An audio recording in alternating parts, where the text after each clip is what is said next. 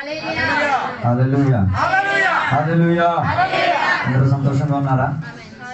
Praise the Lord. Hallelujah. దేవుని నామానికి వందనాలు. ఈ రాత్రి వేళ దేవుని యొక్క సన్నిధిలో ఈ రీతిగా ఆరాధనలో పాల్గొంచుకోవడానికి దేవుడు మనందరికీ సౌభాగ్యాన్ని ఇచ్చినందుకు దేవునికి స్తోత్రం. ఎందరో ఆసుపత్రుల్లో మరణ పడకలో ఉన్నప్పుడు, ఎందరో చనిపోయే గడువులో ఉన్నప్పుడు దేవుడు మనకు ఊపిరిచ్చి ఆరోగ్యం ఇచ్చి నిలబెట్టాడు. కాబట్టి దేవునికి ఒకసారి స్తోత్రం చెల్లిద్దాం. హల్లెలూయా. ఈ రాత్రి వేళ దేవుని యొక్క బిడ్డలుగా మనమందరం ఈ రీతిగా కలవడానికి ఉన్న కారణమే, మనమందరం కలవడానికి ఉన్న ఒక కారణం యేసయ్య జన్మించారు.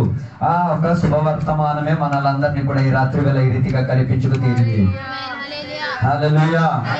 మధ్య మధ్యలో నాకు తోడుగా రావాలి, మధ్య మధ్యలో నాకు స్తోత్రం చెప్పాలి, మధ్య మధ్యలో ప్రైజ్ లార్డ్ చెప్పాలి, మధ్య మధ్యలో చప్పట్లు కొట్టవచ్చు, మధ్య మధ్యలో దేవునికి స్తోత్రం చెప్పాలి. ఇలా సైలెంట్ గా మాత్రం కూర్చోకూడదు. నేను వైలెంట్ అయిపోతాను. అందరూ నాతో తెలిసి మీరు సైలెంట్ గా ఉంటే నేనేమైపోతాను, వైలెంట్ గా అయిపోతాను. అందుకే నాకు మధ్య మధ్యలో ఏం చేయాలి, వాక్యం చెప్పేటప్పుడు దేవుని యొక్క బిడ్డలు వాక్యాన్ని ఏం చేయాలి, ఆలకించి తీరాలి. ఈ రాత్రి వేళ దేవుని యొక్క బిడ్డలుగా ప్రపంచ వ్యాప్తిలో ఉన్న వాళ్ళందరూ కూడా యేసయ్య జన్మదినాన్ని పాటించాలి. నేను జన్మదినాన్ని చెప్పడానికి నేను రాలేదు, నేను చెప్పడానికి వచ్చిన వర్తమానం ఈ రాత్రి వేళ దేవుని యొక్క వాక్యోపదేశంలో మనం చూద్దాం. యెషయా గ్రంథం 7వ అధ్యాయం 14వ వచనం చెప్తున్న మాటని మనం ఈ రాత్రి వేళ వాక్య ధ్యానానికి మనం ఆధారం చేసుకుందాం. ఎవరైనా ఒకటి శబ్దంతో చదివి సహాయం చేస్తే బాగుంటది. కాబట్టి ప్రభువు తానే ఒక సూచన మీకు చూపును, ఆలకించుడి. కన్యక గర్భవతి అయి కుమారుని కని అతనికి ఇమ్మానుయేలు అని పేరు పెట్టారు. ఈ రాత్రి వేళ నేను క్రిస్మస్ విషయాన్ని చెప్పడానికి రాలేదు. ఈ రాత్రి వేళ నేను చెప్పడానికి వచ్చిన మాట ఇమ్మానుయేలు అని చెప్పిన దేవుడు మనతోనుగా ఉన్నాడు, మనతో నడిచిన దేవుడు, మనతో కాపురం చేసిన దేవుడు, మనతో మాట్లాడిన దేవుడు. ఆయన ఎలా యేసుక్రీస్తుగా మారారో దాని గురించి రాత్రి వేళ వ్యాఖ్యానం చేసి తీరుతారు. యెషయా గ్రంథం బైబిల్ గ్రంథంలో రాయబడి ఉన్న దేవుని యొక్క దాసైన ప్రవక్తగా ఉన్న యెషయా అని చెప్పుచున్న ప్రవక్త గారు రాసిన ఒక గ్రంథమే యెషయా గ్రంథం. యెషయా గ్రంథం రాయడానికి యేసయ్య జన్మించి తీరడానికి ఉన్న 900 సంవత్సరాల క్రితం ఈ గ్రంథం ఏమై తీరింది, రాయబడి తీరింది. ఆ గ్రంథం రాయబడి ఉన్న శరీరంలో యేసయ్య గురించి ఉన్న వ్యాఖ్యలను ప్రదర్శన పరిచిన ఒక అధ్యాయముగా యెషయా గ్రంథం 7వ అధ్యాయాన్ని చెప్పుచుండగా బైబిల్ సెలవిస్తున్నది. యెషయా గ్రంథం 7వ అధ్యాయం రాయడానుకున్న కారణం ఏంటి అంటే, యూదా దేశానికి చెందిన రాజు ఆహాజ్ అని చెప్పుచున్న ఒక రాజు విపరీతంగా భయపడిపోయాడు. ఎందుకు తెలుసా? ఆయనను చంపి తీరడానికి తన చుట్టుపక్కల ఉన్న దేశాలు ఏమైతే ఆయన ఎదిరించిన సందర్భమున భయభీతితో ఉన్న కూర్చున్న సందర్భంగా ప్రవక్త తన దగ్గరకు వచ్చి చెప్తున్న మాట, నాయనా నువ్వు భయపడొద్దు, నువ్వు దేవుని మీద ఆదుకున్నావనుకో, నువ్వు దేవుని ఆశ్రయించుకున్నావనుకో, ఇమ్మానుయేలు అని చెప్పిన దేవుడు నీతో ఉండి తీరుతాడు. ఇమ్మానుయేలు అయిన దేవుడు నీతో రావాలి. ఆ ఇమ్మానుయేలు అయిన దేవుడు నిన్ను నడిపించుకుంటాడు. ఆ ఇమ్మానుయేలు అయిన దేవుడు నీతోనే ఉన్నవాడని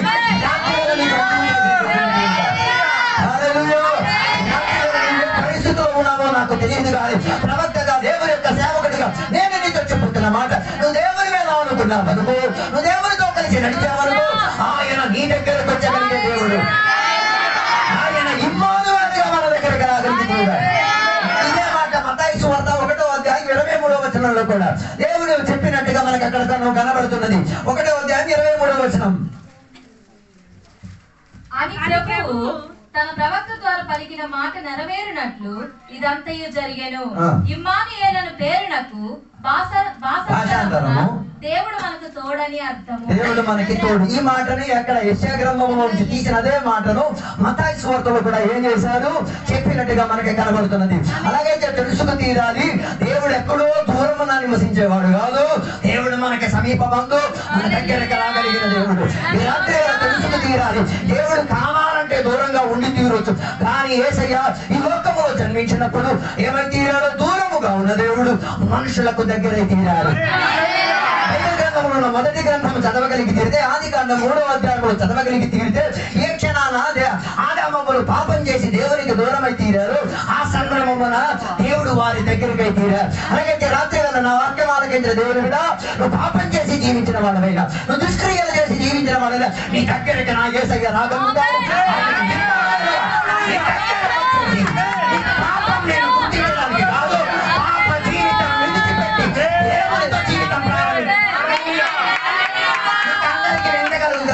పాపం చేసి దేవుని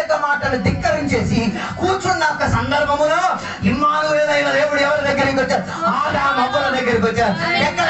ఒక తోటలో వారు నివసించుతూ ఉన్న సందర్భంలో వారు తోటలో దాగుండి ఉన్నా కూడా యేసయ్య వారి దగ్గరికి వచ్చారు. హల్లెలూయా. అలాగైతే పాపం ప్రజలను దేవుని దగ్గర నుంచి దూరం చేసేటప్పుడు అదే పాపములో ఉన్న నిన్ను దగ్గరకు తెచ్చుకు తీరడానికి ఆయన నీ దగ్గరకు వచ్చిన దేవుడు. ఆయన పాపముల నుంచి విడిపించిన వాడు, ఆయన పాపం చెందిన వాడు, ఆయన పాపము లేదని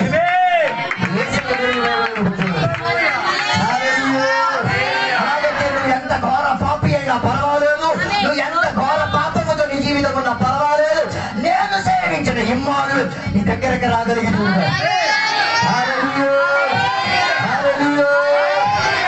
ఆయన నీ దగ్గరికి వచ్చి తీస్తే నీకు ఆ దేవునితో ఒక అనుబంధం ప్రారంభించబడి తీరుతాడు. ఈ రాత్రి వేళ నేను చెప్పడానికి కోరే ఒక మాట, పాప జీవితం వదిలి తీరాలి అంటే యేసయ్య మన దగ్గరికి రావాలి. దేవుడు గాని రాకపోయి ఉండకపోయి ఉంటే ఆదాము అవ్వలకు పాప అనుకున్న తీవ్రత అర్థమయ్యేది కాదు. హల్లెలూయా, హల్లెలూయా. కానీ దేవుని యొక్క శబ్దం వినేసరికి ఆదాము అవ్వలు ఏం చేశారు? దాగడానికి ప్రయత్నం చేసుకు తీరారు. నువ్వు దాగున్నా పర్వాలేదు, నువ్వు ఎక్కడ దాగున్నా అక్కడికి దిగి రాగలిగిన దేవుడు నాడు. నువ్వు ఏ మూల లోపల ఒదిగిపోయినా, నువ్వు ఏ గోళాంధ్ర కాలం లోపల ఒదిగిపోయినా, నీవు ఏ రీతి కలిగిన మరణించిన జీవితం ముగించేసుకుందామని ఆలోచించుకొని కూర్చున్నా పర్వాలేదు. పాడి చేతిలో రెడీగా ఉండొచ్చేమో, పురుగుల మంది చేతిలో రెడీగా ఉండొచ్చేమో, జ్ఞాన నీ చేతికి రెడీగా ఉండదు. అక్కడికి రాగలిగిన నా దేవుడు ఇమ్మానుయేలు.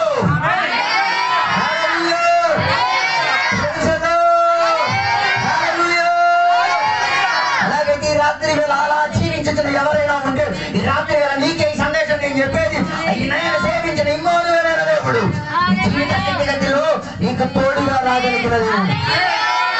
దాని అర్థం నువ్వు ఎక్కడ ఆయన దగ్గర నుంచి దాగోలు ఉండలేవు. పాప జీవితం నిన్ను దాగో పెట్టేస్తాడేమో, అతిక్రమముగా లేదని జీవితం నిన్ను దేవుడి నుంచి దూరపరచొచ్చేమో, అలాంటి సందర్భంలో కూడా దేవుడు నీ దగ్గర రాగలిగిన వాడు నేను సేవించిన దేవుడు.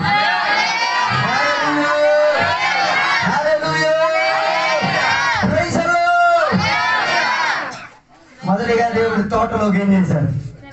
దిగి వచ్చాడు. ఎందుకు? ఇమ్మానుయేలు అనే దేవుడిని రుజువుపరచడానికి.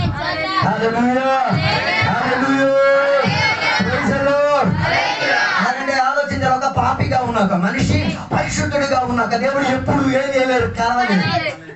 అర్థం కాలేదు. ఒక పాపములో జీవించిన ఒక మనిషి, ఒక పరిశుద్ధతో జీవించిన ఒక మనిషి ఎప్పుడు ఏం చేయలేరు, కలవలేరు. అలాగైతే అలాంటి కళ యొక్క దేవుని ద్వారా మాత్రమే జరిగేది. ఇరు పాపులు కలవచ్చే గాని ఒక పాపి ఒక నీతిమంతుడు కలిస్తే పాపి ఆయన అవడు నీతిమంతుడిగా మారి జరుగుతుంది.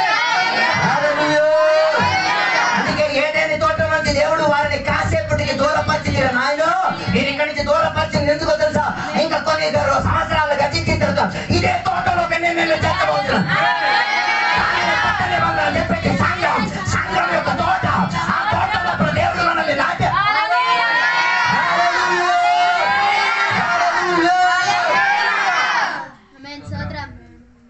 ఎక్కడి నుంచి దూరం చేశారో ఇదే ఇమ్మానుయేలు దేవుడు. హలో, ఉన్నారో లేదో నాకు తెలియట్లేదు. నాతో వస్తేనే అర్థమవుతా, లేకపోతే అంతా వ్యర్థమైపోతుంది. హల్లెలూయా. అలాగైతే నువ్వు పాపివైన పాపముతో ఉన్న జీవితంలో ఉన్నా నీకు అక్కడ మరి దేవుడు కనబడి తీర్థం మరలా నీవేం చెయ్యలేవు, పాపము చెయ్యలేవు. అందుకే కదా వ్యభిచారంతో పట్టబడిన ఒక స్త్రీని ఊరోళ్ళందరూ కలిపేసి ఎక్కడికి తీసుకొచ్చారు? యేసయ్య దగ్గరికి తీసుకొచ్చేసన్నారు. నువ్వేమంటావు యేసయ్యో? మేమేమో ఈయన రాళ్లతో కొట్టి చనిపెడతాము, నువ్వేమి యేసయ్య? నేను రాళ్లతో కొట్టను రా నాయన, నేను నేల మీద కూర్చొని రాయడం మొదలెడతా. ఎందుకు రాయడంగా మొదలెట్టారో తెలుసా? ఆమె గురించి నువ్వు చెప్పేసి ఇప్పుడు నీ గురించి చెప్తాను, రాతావు చూసుకోవాలి, నిలవడు, లేకపోతే రాయగా వదిలేసి వెళ్ళిపో. అర్థం కాలేదు అనుకున్నా, అర్థం కాలేదు కదా, అదే మనకున్న ప్రాబ్లం. వీళ్ళందరూ కలిపి ఆమె పాపం పట్టుకొని వచ్చారు. నీ పాపం గురించి ఎవరు చెప్తావు? అందుకని నేను కూర్చొని రాయడం మొదలెట్టాడు. రాస్తూ ఉన్న సందర్భం వేసే ఒక మాట, మీలో పాపం చెయ్యలేదు ఎవడైనా ఉంటే మొదట ఎవడైనా వచ్చాడు అనుకో, పేరు పెట్టి రాస్తారా? కనకర్రా రాయట్టుకొని వచ్చావా? నీ చరిత్రను ఏం చెప్తా. హల్లెలూయా చెప్పలేదు. చివరికి ఎవరెవరు మిగిలారు? ఒక పాపిని స్త్రీ మిగిలింది, పరిశుద్ధమైన యేసయ్య మిగిలింది.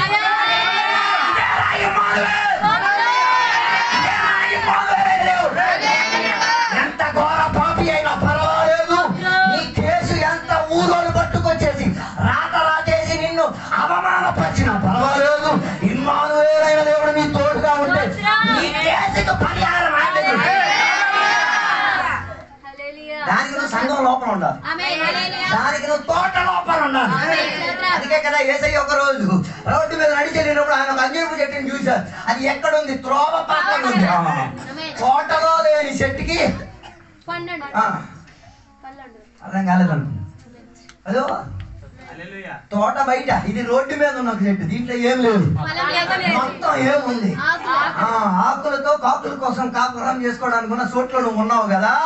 నీ లోపల పొలం లేకపోతే ఆయన ఏం చేసి శపించేసుకుని వెళ్ళిపోతుంది. అదే చెట్టు దాని తోట లోపల ఉందనుకో, కనీసం నీకు అవకాశమైన దొరికింది. చెట్టు తోటలో కూడా ఉండేది. ఆ తోటలో ఉన్న చెట్లు ఏముండేదిగా? ఫలం ఉండేది కాదు, మొత్తం ఆకులే, మొత్తం అందచందాలే, మొత్తం కాకులకు కూర్చోడానికి చోటే. వాటిలో ఫలం కనబడలేదు. ఫలం కనబడలేనప్పుడు చెప్పిన మాట దీనిని ఏం చేశాను? నరిగాను. వద్దయ్యా, నరకొద్దయ్యా, ఇంకొక అవకాశం దీనికి ఇద్దా. రాత్రి వేళ ఇక్కడ సంఘం లోపల కూర్చొని నీకు అవకాశం ఇచ్చాడు కాబట్టి, హలో, దేవునికి ఛాన్స్ ఇచ్చాడు కాబట్టి. నేనెవడో నీకు తెలుసా? తెలుసురా నాయన, తీసింది వదల లేకపోతే నువ్వు ఎవడో అని మాకు తెలుసుకోవాలి. అర్థం కాలేదు అనుకుంటా. నీ పుట్టానీను నీ బిల్డప్ లేని పంచేది, తీసిన ఊపిరి వదలలేక. మా అమ్మమ్మ అప్పుడప్పుడు చెప్తూ ఉంటుంది, మమ్మల్ని గుర్తెట్టి, నువ్వు నాయన తిన్న తిండి బయటికి వెళ్ళలేదు అనుకో పిప్పిరి అయిపోతావు. అర్థం కాలేదు. తిన్న తిండి ఏమైపోద్ది? ఇది ఉబ్బిపోద్ది, అల్ల కొలనం అయిపోతాం, సత్తమతం అయిపోతాం. ప్రజలు రాలేదు. శుభ్రంగా తిన్నదన్నీ బయట. నీ పాప వచ్చిన కడుపు నొప్పి ఇప్పుడు సూపర్గా ఉంది. వచ్చిన కడుపు నొప్పికి అలాగ అయిపోయిందంటే తిన్న ఆహారం బయటికి రాలేకపోతుంది. అలాగైతే దేవుడు మనకి ఛాన్స్ ఇచ్చాడు కాబట్టి శుభ్రంగా వెళ్ళిపోతాం. దేవుడు మనకు అవకాశం ఎందుకు? తోటలో ఉన్నాం. తోటలో ఉండబట్టి నేను ఫలం కాసి తీరేదిగా, జీవితం దేవునికి అనుకూలం చెంది తీరేదిగా, దేవుని పేరంట బతుకు. దాని అర్థం ఎవరో నీ కొరకు ప్రాణత్యాగం చేశారు కాబట్టి నువ్వు ఎక్కడికి వచ్చి సప్పట్లు హల్లెలూయా స్తోత్రం. అర్థం కాలేదు అనుకోండి. యేసయ్య నీ కొరకు ప్రతినిధిగా ఆయన ఏమైతే సిలువ పెట్టాడు కాబట్టి నువ్వు విలువై తిరిగేస్తున్నావు. ఈ రాత్రి అర్థం చేసుకొని రాదు. దేవుని బిడవాల నిన్ను అలా వదిలేవాడు కాదు, నీ తోడు కూడా ఆదికాండం 39వ అధ్యాయం 2-3 వచనాలు చదివేటప్పుడు మనకి అక్కడ కనబడుతున్న ఒక పాత్ర యోసేపు అని చెప్పిన ఒకటి గురించి బైబిల్ చదివించినది. యెహోవా యోసేపునకు తోడై ఉండెను గనుక అతడు వర్ధిల్లుచు యజమానుడగు ఐగుప్తీయుని ఇంట ఉండెను. యెహోవా అతనికి తోడై ఉండెననియు అతడు చేసినదంతయు అతని చేతిలో యెహోవా సఫలము చేసిననియు అతని యజమానుడు. ఇక్కడ యోసేపు బానిస బతుకు బతుకుతున్నాడు. ఏ బతుకు? ఎలాగా? మంచి అన్నయ్యలు కదా ఉన్నారు. ప్రైజ్లాడు ఎక్కడే చెప్పాలి. ఈ ఊర్లో ఉన్న అన్నయ్యలన్నీ నిన్ను అమ్మేస్తారు. ప్రైజ్లాడు రాదు. డబ్బు ఉంటే అన్నయ్యలు కన్నయ్యలు అందరూ ఎత్తుతారు. ఆగిపోయింది అందరు ప్రైజ్లాడు. డబ్బు లేకపోయింది అనుకో, అందరు సైలెంట్ అయిపోయారు. యోసేపుకు అన్నయ్య లేరా? తక్కువ. ఓ ఇంటికి 12-11 మంది ఉన్నారు. ప్రైజ్లాడు రాలేదు. 11 మంది ఉన్నా 12వ ఊరితో కలవరు. ప్రైజ్లాడు ఇక్కడే రావాలి. నువ్వు కలవకుండా ఉంటావు కదా కుటుంబంలో. నిన్ను దేవుడు యోసేపుగా బయటికి రప్పించింది ఎందుకో తెలుసా? నీలో కాస్త ప్రత్యేకత ఉందిరా నాయన. నిన్ను అన్నయ్యలు బాయ్ బాయ్ చెప్పడానికి కారణం ఉంది నాయన. కుటుంబీకులు పట్టించుకోకపోవడానికి కారణం ఉందిరా నాయన. ఉంటే ఇమ్మానుయేలు ఉన్నాడు. ఎవరుంటే 12-11 మంది ఉంటే ఇమ్మానుయేలు తోడు. అయితే దేవుని స్వాగతం చెప్పండి. నువ్వు ఒంటరిగా ఉంటే ఇమ్మానుయేలు తోడు. అర్థం కావట్లేదా? దూకాలని ఉందా? దూకేడు పర్వాలేదు. హల్లెలూయా. హల్లెలూయా. దాని అర్థం నేను కుటుంబాలకు బంధుత్వానికి విలువ ఇవ్వట్లేదు, నేను విలువ ఇస్తున్నాను, గౌరవిస్తున్నాను, నాకు ఇష్టమే. కానీ చేసే పనులే మనకు నచ్చం. హల్లెలూయా. డబ్బు ఉంటే కుర్చీ ఇస్తారు, డబ్బు లేకపోతే హల్లెలూయా రాలేదు. హల్లెలూయా. శుభకార్యం జరిగితే లేకపోతే అందరూ అమ్మే ప్రయత్నం చేస్తారు. యోసేపును కూడా అందరూ కలిసి ఏం చేశారు?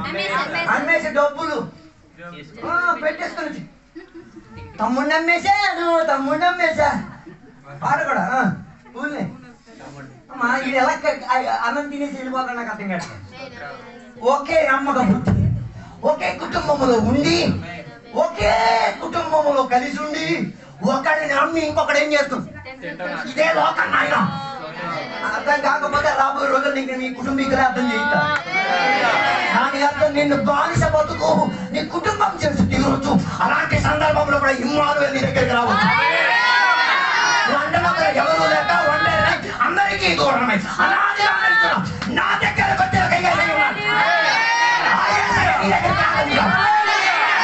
24 రాత్రి నీకు చెప్పడం సందేశం. నేను ఎలాంటి ఒంటరిగా పర్వాలేదు, నా దేవుడు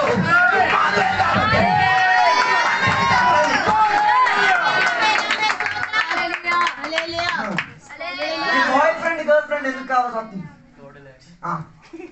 నాకు అర్థం కాదు. పెళ్లి చేసుకున్నాడు బాగుపడ్డాడు, అర్థం కాలేదు. సంతాలకు వెళ్ళి నంబర్లు ఇచ్చుకొని రావడం అయ్యని మన పద్ధతి కాదు. నేను ఈ వయసు దాటే వచ్చా. అమ్మ చెప్పింది నచ్చదు, నాన్న చెప్పింది నచ్చదు, పెద్దలు చెప్పింది నచ్చదు, ఎవడు చెప్పింది నిన్న కాక మనం చూసినోడు దాని అర్థం నువ్వు ఒంటరితనంలో ఉన్నావని. అందుకే నువ్వు ఎదిగేస్తున్నావు. నీకు రంగు భావం చూసి అల్లు అర్జునో పుష్పరాజో ఎవడో ఎక్కింది. నీ ఒంటరితనం దూరపరచలేదు, నాతో లేరు అనుకో బాగా. అది నిన్ను నువ్వు తెచ్చుకున్నావు, నువ్వు ఆయనకి బానిస అయిపోతావు.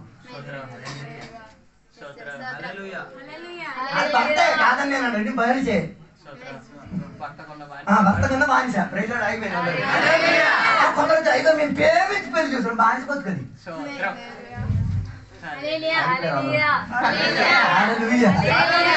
కట్నం దొరకలేదు కదా హల్లెలూయా స్తోత్రం అని వేస్తారు. కానీ కట్నం దొరకాలని చెప్పి ఎన్ని చేష్టలు చేస్తారు. దాని అర్థం నీ ఒంటరితనంలో కూడా దేవుడే బయటకు నీ తోడు రాగలిగింది. యోసేపు తోడుగా దేవుడు వచ్చాడు కాబట్టి నేను ఏం ముట్టుకున్నా ఎవరికి అన్నయ్య నాకు దొరక రాలా, అన్నయ్య మనకి దొరకలు రావా వస్తాయి. నీకు సొమ్ము దొరికిన దొరక వచ్చేది. నేను సొమ్ము నీకు ఇచ్చేసి నేను దేవునికి తోడయ్యాడు కాబట్టి నేను ఏది ముట్టినా దాని యొక్క నువ్వు కాకరకాయ ముట్టినా అత్తమ్మ నోరుని దేవుడు కుట్టేస్తాను. ఆగిపోయింది. టేస్ట్ లేని పంచదార లేని టీ మీ మామగారికి వెళ్ళి ఇచ్చినా నోరు ముచ్చే తాగేస్తాను. కారణం ఏంటంటే ఇమ్మానుయేలు నీ తోడుగా ముట్టినా మరి ఏం ముట్టినా ఏం బాగుపట్టలేదు. నువ్వు ఎక్కడికి రావాలో నువ్వే తెలుగుట్టుకో. అలాంటి పాస్టర్ గారి దగ్గరికి రండి, ఉపవాసం కూర్చొని మీరు సెట్ చేసి పంపించేద్దాం. అన్నయ్యలు అమ్మేసినది ఆయన మనసుకి గాయపరచలేదు, ఆయనకి గాయపరచని దేవా నువ్వు నా తోడుగా. దేవుడు నీ తోడుగా నడిస్తే నిన్ను అందరూ ఒంటరి పనిచేస్తారు, అందరూ బిక్కిరి కరదేగా వేచదేగా అమ్మేస్తారు. కానీ ఆయన మాత్రం వదలడు నిన్ను. ఆయన అప్పుడప్పుడు నీకు కళ తెస్తాడు, అప్పుడప్పుడు నీ దగ్గరికి వచ్చి మాట్లాడతాడు, అప్పుడప్పుడు నేను ధైర్యపడతాను, అప్పుడప్పుడు నేను కారణం ఏదైతే ఆయన నా ఇమ్మానుయేలు.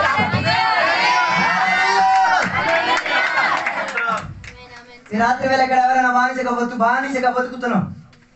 బానిస బతుకంటే ఈ కాలంలో చెప్తే మనకు అర్థం కాదు. తాతగారికి ఏమి తెలిసి ఉండొచ్చు. ఓ 150 సంవత్సరాల క్రితం మనుషులను ఏం చేసేవాడు? పశువుల్లాగా ఏం చేసేవాడు? దుగ్గేరు సంత ఉంది కదా, ఆ సంత కాడ ఇప్పుడు పశువులు తెస్తున్నారు కదా, మేకలు తెస్తారు. ఆ కాలంలో ఎవరు తీసుకొచ్చేవాళ్ళు? నేను మనిషిని అట్టుకో 2000 రూపాయలు ఎత్తి ఇచ్చేస్తా. మరి వీడికి నాకు తేడా ఏంటి? నేను యజమాని ఇక్కడ రాలేదే. పశువుల్ని అమ్మేటప్పుడు కొనేటప్పుడు ముద్రలు రాస్తారు. ఈ నమ్మేసినా కొన్నేసినా ఏం చేస్తారు? ఆ ముద్రలే ఇవన్నిటికీ వచ్చింది. మనం ఇప్పుడు కూడా ముద్ర ఎట్టుకొని తిరిగేస్తాం. అర్థం కాబట్టి బాంచి బతుకులో ఉన్నాం. దేవుడు నీకు సృష్టించినప్పుడు ఎన్ని కన్నాలు కావాలని పెట్టాడు కదా, మళ్ళీ ఎక్స్ట్రా కన్నాలు పెట్టేసి ఎవడు చూపించాడు? అది చెప్పేసి అయిపోయింది. నీ తోడుండాలి, కన్నాలు తెచ్చేసుకో. అర్థం కాలేదనుకుంటా. అదో ప్రైజ్ అమ్మ, ప్రైజ్ చెప్పమ్మా. అలా పొందకూడదు. వచ్చేది ఏం పరిస్థితి అన్ని చెప్పండి. ఇవన్నీ లోక గుర్తింపులు. ఏమని ఈ బానిస పోతుంది చింగిలి చిక్కి, వాళ్ళకి మొత్తం చింగిలి చిక్కి కొని ఇచ్చినోడే చెప్తుండే పార్టీలు రైతుడు ఆగిపోవాలి. ఆగకూడదు చెప్పండి. దగ్గరకు వచ్చి బానిస బతుకు ఏమైతే ఒక ముగింపు వచ్చింది.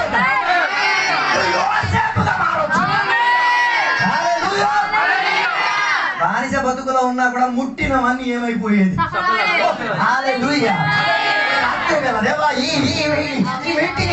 ప్రతి దేవుడు బిడ్డ యోసేపుగా మారిపోయాడు. మరి బానిస బతుకులో దేవా ఇమ్మానుయేలు గారు వచ్చి ఆయన ఏం ముట్టినా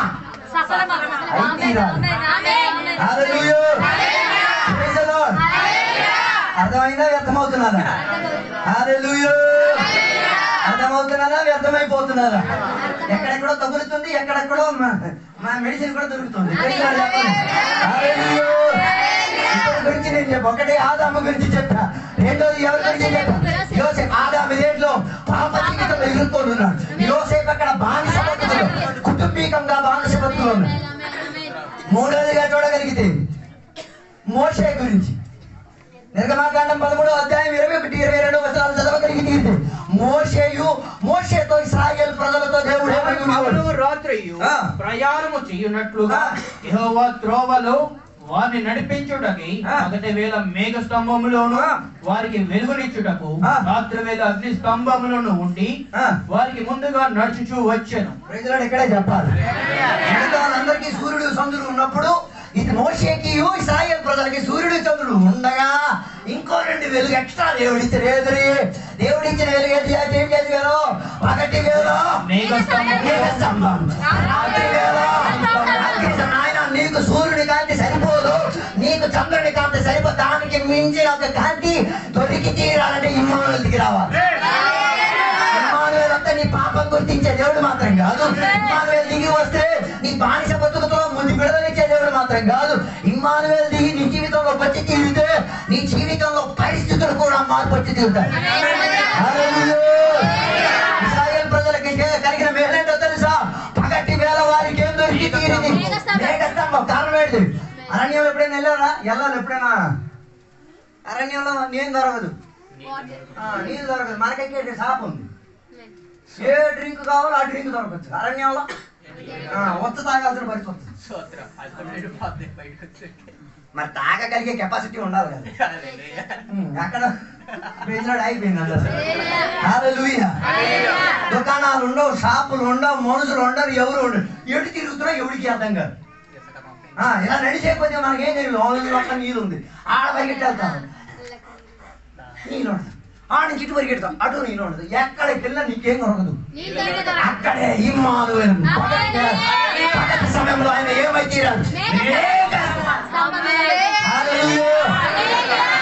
నీకు అలుపు సలుపు బలుపు రాకుండా ఆయన నీకేమై తీరాడు. దేవుని బిడ్డవైతే నీకు దేవుడు ఆయన ఏమైతే సంరక్షణించే మేఘస్తంభంగా.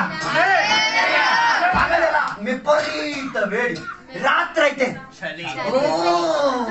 ఇప్పటికే మనం కుర్రోడు ఇటు నుంచి అటు పరిగెట్టారు. ఎందుకు సెలెక్ట్ పేసాడు చెప్పలేదు. అందరు కోట్లు సూట్లు వేసుకున్నారు, నేను శవలు గారి వాళ్ళు.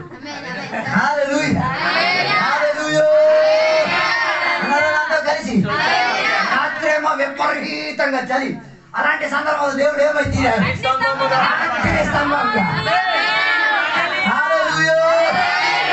ఇంకోటక్కర్లే, అగ్గే వెలిగించాల్సిన అవసరం లే, సొట్టలు పీడులు అవసరం కూడా రాదు. అర్థం కాలేదు అనుకోండి. దేవుడు నీకు వెలుగుగా మారి తీరితే, దేవుడు నీ కొరకు రాత్రి వేళ అగ్ని స్తంభంగా మారితే, నువ్వు సొట్టకాలు చేసి దేవుడిని చూపించాల్సిన అవసరం రాదు.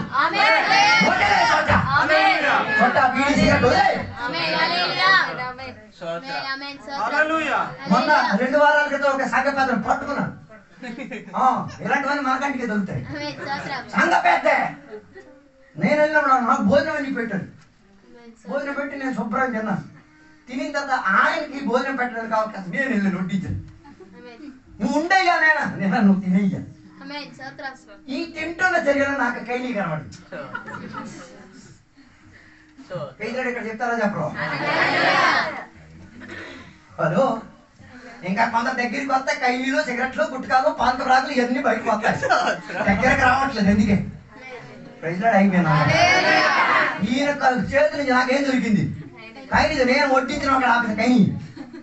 నువ్వు వద్దయ్యా, నువ్వు వాక్యం చెప్పేవాడు. మరి నువ్వు వాక్యం నేనే ఒకటి తినవచ్చు, వాక్యం చెప్పేవాడు తినకూడదు. అయ్యా వద్దయ్యా, నేనేమోనయ్యా. ఆయన పల్లెం అక్కడ వదిలేసి కైని ఎట్టుకున్నావు ఉరికి ఉరికాడు. ఎటు ఉరికాడో నాకు అర్థం కాదు. ఉరికి పరిగెట్టెళ్ళి తిరుగుతాడు. ఏది కైని విసిరేసాను. నిజమా నమ్మొచ్చాను. చెక్కింగ్ చేయండి అయ్యా. ఫుల్ చెక్కింగ్ చేశాను. లేదు ఇంక తింటావా? లేదే, నువ్వు నన్ను పట్టుకున్నావు కదా, ఇక నేను తిన్ను.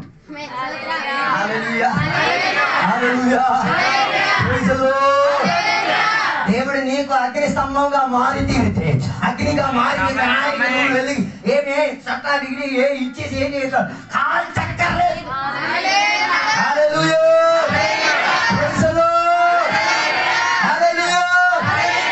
అలాగైతే ఇశ్రాయేలు ప్రజలకి ఎండవేళ రాత్రి వేళ వారికి ఏమై ఉండేది? ఇమ్మానుయేలు వారికి కనబడేటట్టుగా మేఘస్తంభం, కనబడేటట్టుగా అగ్నిగా.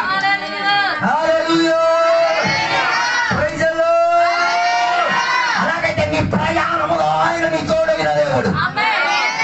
అందరం యాత్రికులమే. ఎక్కడికి బయలుదేరాం?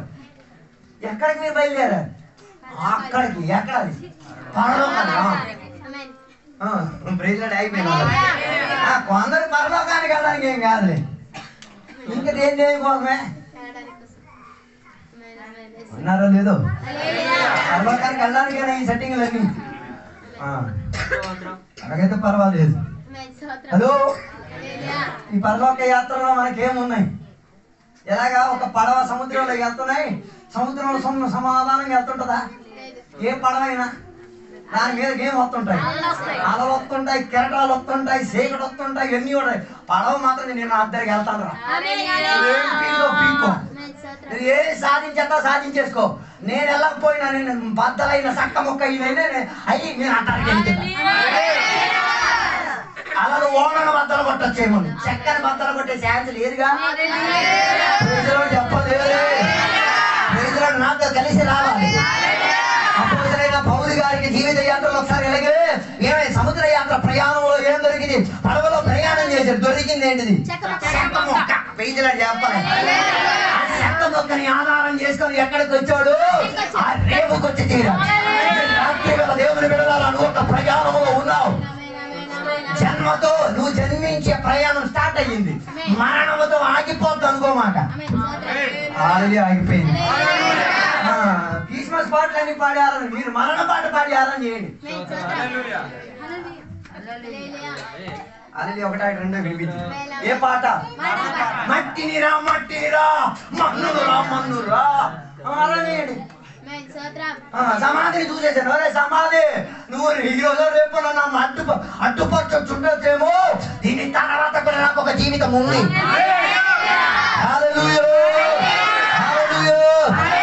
అలాగైతే నీ జీవితం ప్రారంభించేది జన్మించట ద్వారా, నీ జీవితం ముగిచేది మరణంతో కాదు. అది లోక సిద్ధాంతం.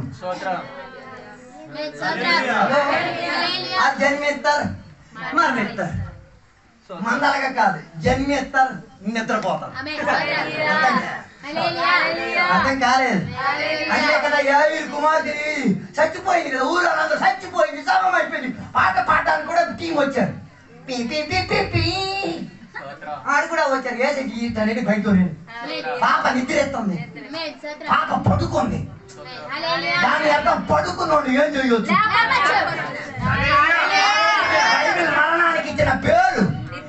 రాత్రి ఇంక నా కొడుకు నిద్ర ఎత్తున్నాడు. నీకు అమ్మగారు ఎవరో చనిపోయారు, దేవుడు నిద్ర ఎత్తున్నాడు. నీ అమ్మమ్మ గారు చనిపోయారు అనుకో, దేవుల్లో ఉంటే చచ్చిపోయినాడు నాడు. బైబిల్ తెలియదు ఏడు ఏ నాడు, తమిళనాడు సార్లే, ఇంకో నాడు ఒకటి నాతో కలిసి నమ్మండి పర్వాలేదు, అన్ని ఎముకలు కావాలండి. దాని అర్థం మరణానికి బైబిల్ చెప్పే మాట నిద్రిస్తున్న చర్చ. దాని అర్థం నిద్ర లేపడానికి యేసయ్య ఎలా 5ంటికి వచ్చారో అలాగే ఒక్కరోజు మరణించిన వారిని, ఎవరు క్రీస్తులో మరణించిన వారిని, విశ్వాసాన్ని ఆధారం పెట్టుకొని మరణించిన వారిని, యాత్ర సకంలో రెస్ట్ తీసుకున్న కొందరు ఉన్నారు కదా, వాళ్ళని కూడా యేసయ్య ఏం చేస్తారు?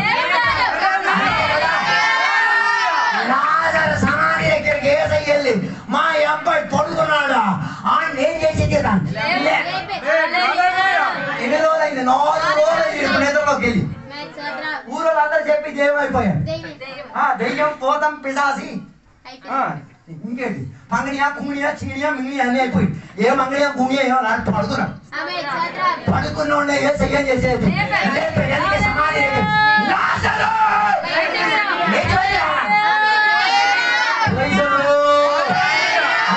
విశ్వాసములో నిద్రపో అంటే విశ్వాసంలో మా ఓడు మరణించినాడు. ఆపండి ఆ పదాలు, మా ఓడు నిద్రపోతాడు. ఆ పదములో ఉంది ఒక ధైర్యం. దాని అర్థం నిద్రపోయిన వాళ్ళు యేసయ్య చేస్తారు, పేరు పెట్టి లేపుతారు, చెయ్యముట్టి లేపుతారు. అలాగైతే మరణం అన్నది నిద్రపోయే స్థితిగతి, లేకపోతే కాసేపు నీకు రెస్ట్ విశ్రాంతిని ఇచ్చే చర్య. అంటే దాని అర్థం నీ ప్రయాణంలో కాస్త ఏం తీసుకున్నావు? బ్రేక్ తీసుకున్నావు. యేసయ్య మరణించారు, ఆయనని ఎక్కడ పెట్టారు? సమాధిలో పెట్టారు. 3 రోజుల పాటు ఎక్కడ ఉండేవాడు? శవం అక్కడే ఉండి తీరింది. ప్రజలు రాలేదు. చాలా మంది చెప్పుతున్నారు, మీరు శవాన్ని పూజ, నాయన శవాన్ని మేము పూజించట్లేదు నాయన, శవాన్ని మేము విడుదల పొందుకు తీరడానికి శవాన్ని నిద్రపోయే స్టేజ్ నుంచి లేచి పంపించడానికి మేము ఇచ్చేస్తాం. మేము శవంతో మాకు పెద్ద పని ఏం లేదురా నాయన, మేము ప్రకటించేది పునరుత్థానం పొందిన యేసయ్య, మరణం గెలిచిన యేసయ్య, మరణాన్ని ఎదిరించిన యేసయ్య, మరణం ముందు శవం కాదు. నీకు శవం పడి ఉండదు, నాకు శవం కాదు. నాకు ఆయన సజీవుడు, చెందినవాడు, పునర్జీవం పొందినవాడు.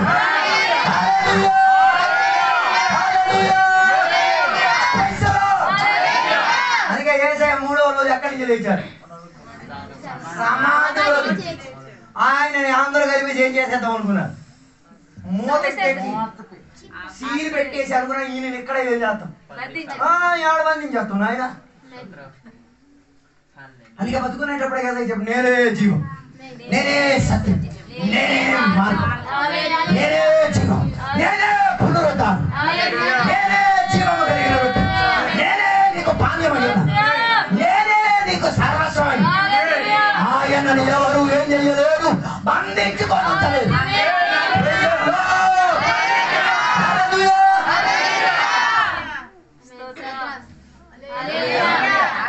కొంచెం చేయి. హల్లెలూయా. బుజుచుతో అర్థమవుతుంది కదా? అర్థమవుతుందన్నా? ఏటో ఒకటి చెప్పండి. అన్న ఈ అన్నాడు. అలాగైతే నీ ప్రయాణంలో మధ్య మధ్యలో ఏం రావచ్చు? రెస్టింగ్ చేసిన చర్య రావచ్చు. నీ తోడుకుంటూ ఆయన నిన్ను తిరిగి ఏం చేసి తీరవచ్చు? తిరిగి లేపి తీరవచ్చు. అలాగైతే దేవుని విలువాల మనకొక పునర్జన్మ ఉంది, మనకొక పునర్జీవం ఉంది, మనకొక రూపాంతరం చెందిన గడి. అందుకే కదా చచ్చిపోయిన లాజర్ని యేసయ్య ఏం చేశారు? తిరిగి లేపి తీరారు. అందుకే కదా యేసయ్య మరణించి పునరుద్ధానం పొందిన చర్యలు. భక్తులు కొందరు ఎక్కడి నుంచి లెగిచారు? మరణంలోంచి తిరిగి లెక్కించి తీరాలి. బైబిల్ గ్రంథంలో కొన్ని మరణించిన వ్యక్తులను దేవుడు తిరిగి లేపడానికి కూడా కారణం. దాని అర్థం ఒక పునరుత్థానం ఉంది. హల్లెలూయా. ఇమ్మానుయేలు నీ తోడుకుంటేనే పునరుత్థానం అయ్యింది. హల్లెలూయా. ఇమ్మానుయేలు నీకు మేఘ స్తంభంగా ఉంటేనే, ఇమ్మానుయేలు నీకు అగ్ని స్తంభంగా ఉంటే మరణ మట్టిలో నుంచి ఏమని తీరేది తిరిగి లేపబడింది.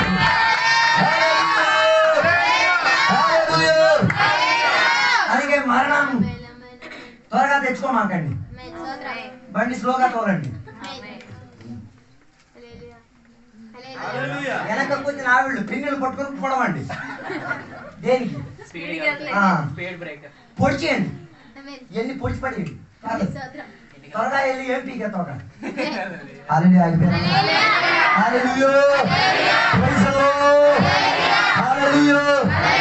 అందుకే జీవించేటప్పుడు దేవుని కొరకు ఏం చేసి తీరాలి? జీవించేవాడుగా ఉండి తీరాలి. అందుకే నా మాటలు నేను ముగించాలనుకోవచ్చు. ఎక్కువ వింటే మీకు కూడా విరోచనాలు వచ్చేస్తాయి కదా, ఇంతటితో నేను ఆపాలనుకోవచ్చు. అలాగైతే నీ ప్రయాణములు ఆయన ఏమై తీరేది నీకు తోడుగా ఉన్నది. నీ తోడుగా నడిచిన వాడు నీకు కావాల్సిన సదుపాయం ఏర్పడి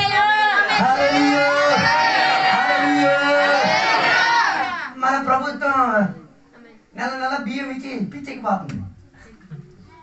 అది పొద్దుకున్నాడు మరీ పిచ్చెక్కిపోతుంది.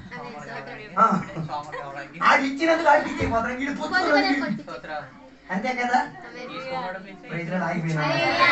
దేనికోసం? రేషన్ కోసం ఆగిపోయాడు. ఇస్రాయేల్ ప్రజలకి రేషన్ ఎవరు ఇచ్చేవారు? పిచ్చెక్కకుండా ఆయన ఎత్తనే ఉన్నాడు. పిచ్చెక్కకుండా వీళ్ళు తింటూనే ఉంటున్నాడు. ఆయన ఎత్తున్నాడు, వీళ్ళు తింటున్నారు, ఏరిగెత్తున్నారు.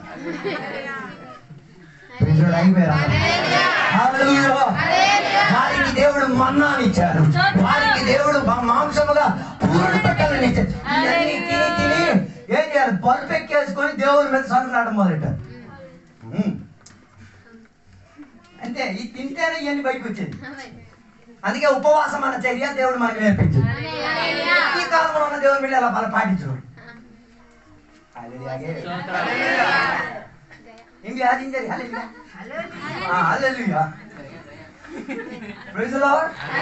అప్పుడప్పుడు దీనికి ఏమి ఇవ్వండి? విశ్రాంతి. ఇది అలాగా పంది స్టార్ట్ చేసినట్టు ఆ పందికి మనకి తేడా ఉండదు. పంది కాదు నేను మనం రుజువు చేయండి ఉపవాసం చేసి. అప్పుడప్పుడు ఆహారం పానీయం ఏం చేయండి? పానీయం మొత్తం నీళ్ళు తపస్సు చేసుకోమని చెప్పట్లేదు. పానీయం కూడా కాస్త రైట్ గా తీసుకొని అధికంగా తీసుకోకుండా నిన్ను నీవు ఏం చేసుకో ఆత్మీయత భద్రపరచుకు తీరడానికి, నీ ప్రయాణం సుఖకరంగా మారి తీరడానికి, నీకు ప్రయాణంలో ఇమ్మానుయేలు తోడుగా ఉన్నాడు అని ఇతరులకు రుజువు పరిచి తీరడానికి అప్పుడప్పుడు ఏం చేసుకుందాం? ఆహార విషయంలో కాస్త బ్రేక్ తీసుకుందాం. అలాగైతే ముగ్గురు గురించి ఇమ్మానుయేలు మన తోడుగా ఉన్న దేవుడు అని చెప్పారు. ఒకటి ఆదాము కొరకు దేవుడు ఇమ్మానుయేలు తోడుగా, రెండోది యోసేపు కొరకు దేవుడు ఇమ్మానుయేలు తోడుగా, మూడోది మోషే కొరకు ఇశ్రాయేలు ప్రజల కొరకు వారి ప్రయాణ నిమిత్తం దేవుడు ఏమై ఉన్నాడు? తోడుగా ఉన్నాడు. రాత్రి వేళ నేను ముగించే ముందుగా చెప్పడానికి చివరి మాట, ఈ రాత్రి వేళ దేవసయ్యని నిజ రక్షకుడిగా అంగీకరించేసుకో, ఆయనని పూర్తిగా విశ్వసించేసుకో, ఆయనతో నీ జీవితం ప్రారంభం చేసుకో. అలాగైతే మరణం నీ జీవితంలో వచ్చినా కూడా పర్వాలేదు, కాస్త రెస్ట్ తీసుకొని రెడీ అయిపోయి ఏమైతే తీరడానికి లాజరులా తిరిగి లెక్కడానికి. ఈ ఇమ్మానుయేలు నేను తిరిగి లేపడానికి ఒక సందర్భం వచ్చిస్తున్నది. అందుకే దేవుని కూడా ఆయన రాకడ కొరకు రెడీగా ఉన్నాం. ఈ వాక్యాల దేవుడు మనం అందరూ కూడా దీవించుకుందాం.